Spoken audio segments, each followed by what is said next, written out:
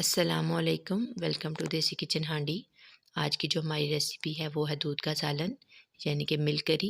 तो उसके लिए हमें चाहिए तकरीबन हाफ़ लीटर दूध और इसके जितना हाफ़ लीटर दूध और हाफ़ लीटर हम पानी भी ले लेंगे और हाफ़ टेबल स्पून नमक, मिर्च और हल्दी, हाफ़ टेबल स्पून सौंफ और हाफ़ टेबल स्पून ज़ीरा और खुश्क धनिया और 4-5 पीस लहसुन के, 6 से 7 सब्ज़ मिर्च और थोड़ा सा ऑयल।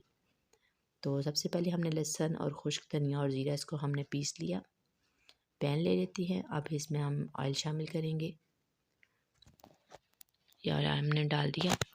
अब हम इसके अंदर जो हमने पीस के रखा है खुश्क धनिया, ज़ीरा और लहसुन, वो अब हम इसके अंदर शामिल करेंगे। जी ये अब हम इसके अंदर डाल रहे हैं। तो इसको फ्राई करेंगे, इसके फ्राई होने तक इसको पकाएंगे। जी तो फ्राई हो चुका है, ये देखें जी, ये बहुत अच्छी तरह फ्राई हो चुका है। अब हम इसके अंदर थोड़ा सा पानी डाल के फिर इसके अंदर मसाले वगैरह डालेंगे। डायरेक्ट हम इस तरह मसाले नहीं डाल सकते, क्योंकि अगर हम इसी तरह मसाले डालेंगे तो वो मिर्चें जल जाएंगी और फिर हांडी में से एक बहुत ही अजीब किस्म की स्मेल आएगी। तो पानी डाल दिया। अब हम इसके अंदर नमक, मिर्चें और हल्दी शामिल कर देंगे और ये देखिए मिक्स हो गया अच्छी तरह। अब हम इसके अंदर सौंफ और सब्ज़ मिर्च जो हमने छोटी छोटी काट ली है वो हम इसके अंदर शामिल करेंगे और इसको तकरीबन 1.5 से 2 मिनट के लिए हम इसको अच्छी तरह से फ्राई करेंगे। सौंफ जो है वो एक बहुत ही अच्छी खुशबू और टेस्ट देते हैं, तो इसलिए ये दूध का जब सालन बनाएं, मिल्क करी बनाएं, तो इसमें लाजमी ये सौंफ डालें। तो ये देखें जी फ्राई हो चुकी हैं। अब हम इसके अंदर दूध शामिल कर देंगे। ये हाफ़ लीटर हमारे पास दूध था, तो हमने इसको सालन में शामिल कर दिया। अब हमारे पास हाफ़ लीटर ही पानी भी मौजूद है, तो हम वो भी इसके अंदर शामिल कर देंगे। ये देखें हमने पानी भी इसके अंदर शामिल कर दिया और अब हम चूँकि हमने इसमें पानी नहीं डाला है और दूध जितना था उतना ही पानी डाला है, तो इसको ज़्यादा देर के लिए पकाएंगे। और अगर आप चाहें तो सिर्फ दूध डाल दें, पानी डालने की ज़रूरत नहीं है। तो अब हम इसके उबलने तक इसका इंतज़ार करेंगे। तो ये देखें जी इसमें उबाल आना शुरू हो गया। तो अब हम इसको अच्छी तरह हिलाएंगे, वक्फे वक्फे से चम्मच हिलाते रहें, बहुत ज़्यादा ज़रूरत नहीं है चम्मच हिलाने की।